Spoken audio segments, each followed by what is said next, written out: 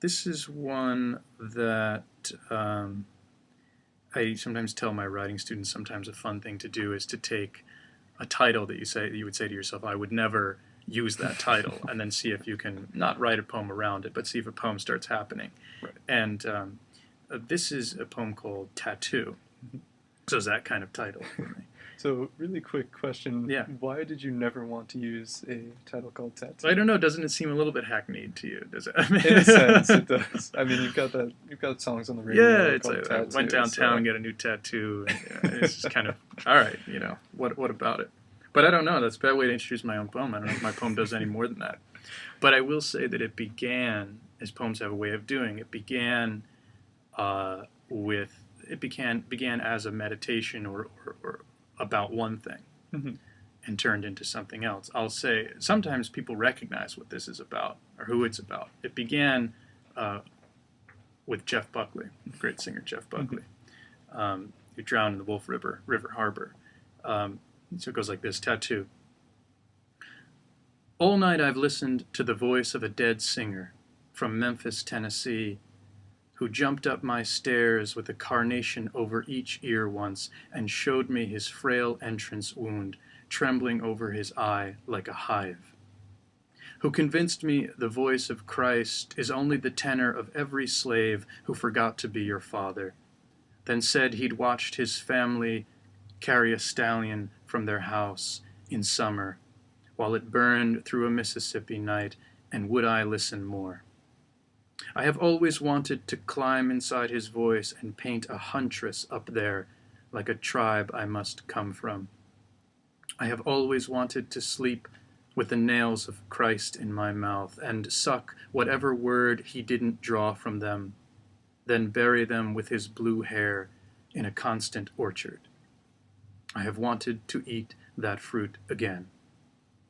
But tonight, I only want to crawl down there with you, brother, into the water, because I have been listening to your voice and all its yellow locusts sifting through the trees I planted by hand, alone, in these fields.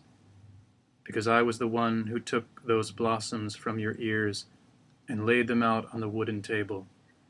Because I remember how you placed the river like a whetstone in your throat and fell, and the water has washed off the word you carried on your shoulder and did not want. Actually, I was just recently down in Oxford, Mississippi, Faulknerville, Right. and to read some poems, and I read that poem because I flew in through Memphis, and so it's got Memphis and Mississippi there, so that worked out. Yeah. Yeah, excellent selection based on the geography of the poem. A lot of flower and river imagery. They're both very fluid and very fertile images as well. And the poem has a real hint of death to it. So, what are you trying to get at with this juxtaposition here? I don't know. I mean, as I say, it's very few of my poems are going to occur in an urban landscape. Although, I lived in Manhattan for quite some time, so it's not as though I shy away from it. But I think that when I'm talking about the natural world, flowers, rivers, as anybody is when they're talking about those things, we're talking about the physical object. We're certainly not talking about symbols. I don't know what those are, right? Because that implies some sort of abstract understanding, complete understanding of the world. This stands for that. But I think rather than talking about symbols, one is talking about what Carl Jung would call archetypes, right? Images that resonate with us for a particular reason that we probably can't even articulate, but it resonates with everybody in a similar way, hopefully. Right. So we mentioned Rilke before, so I don't know, Rilke's images, various poets have, a poet might have images he comes back to again and again. Rilke can't get away from fruit and ripening fruit. For him, it's an image of life, of the composition process, of something ripening in you. But you don't need to explain that to anyone, right? I mean, you say fruit, sure, you think of apple picking on a nice September day, but you also think of that organic process of creation, and that's what I mean by archetype. All those things that an image might evoke and unlock in us as soon as we hear it or smell it. Very interesting. Hadn't thought of it in Jungian terms. Yeah. And Oh, I'm always thinking about it in Jungian terms. I can't get away from it. so maybe taking this off a different path. Mm-hmm. Jung was one of the first psychoanalysts. Yep. Sorry, tripping over my words here. Mm-hmm. But do you subscribe to other psychoanalysts? Are you interested in Freud or Lacan at all? It's hard not to be, right? I mean, everyone's interested in Freud. Lacan, I don't. Sure, I'm interested in him. Maybe more as a case in and of himself. Right. I don't know, but and then a lot of French theory, and especially post-war French theory, is not really my thing so much. We start talking about deconstructing language and the death of the author. What am I supposed to say? But yeah, right. The fundamental difference between Freud and Jung, if you have to say it this way, is that Freud understands the psyche as a place where the libido is repressed, and so I'm certainly not a psychologist, I'm not going to talk about it in those terms, but as somebody who reads these people and thinks about it as a writer, we're talking about images. Mm-hmm. So, Freud is thinking about an image, for example, that occurs in a dream. Freud wants to unpack what it means and what it points to. Now, I just got done talking about symbols, for example. Right. I think there is something in Freud that can be reductive. It can look like, let's point to it, let's see what's behind it. Mm-hmm. I was just rereading something in Jung.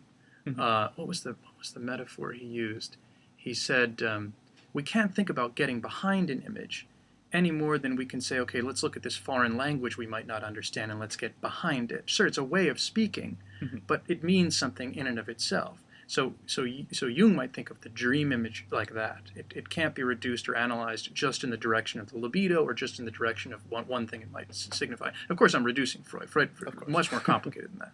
But I sympathize with you. I mean, Jung's got these great books that any writer should read, like Psychology and Alchemy. You go through it. He's got one great book called Mysterium Conjunctionis. It's you go through them, and it's just a treasure trove of images and ideas. Very interesting. Yeah. Check out some more Jung. Oh, absolutely, absolutely. So, as far as archetypes go, this poem seems pretty packed with them, and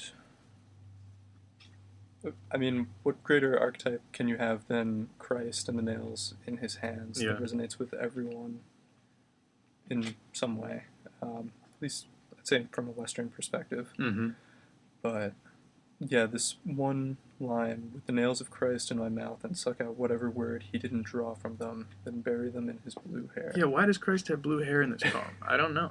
I figured it might have something to do with the river in this case, because everything seems a little bit like washed by the idea of the river in this poem. This is one of those great moments, right? And you probably know the same thing in your own writing when somebody can look at your piece and say something about it. When you just said that to me, that resonates with me.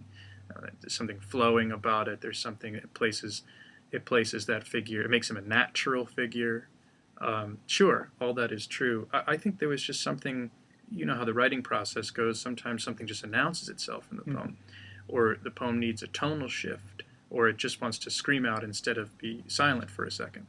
So giving Christ blue hair there, I think, is something that it's a way to really call attention to just the very fact that it is Christ, in a sense. Like, as an archetype, when we have like archetypes and symbols, we can really forget like why we gravitate towards them, and then changing them in some way for your own writing makes them somehow relevant in a brand new way. Yeah. Is there any reason why you decided to give him blue hair aside from changing the tone? Or no, as I say, I think did it just like come to you somehow? Or? Yeah, it certainly did just come. I think so Kierkegaard has a book called Practice in Christianity.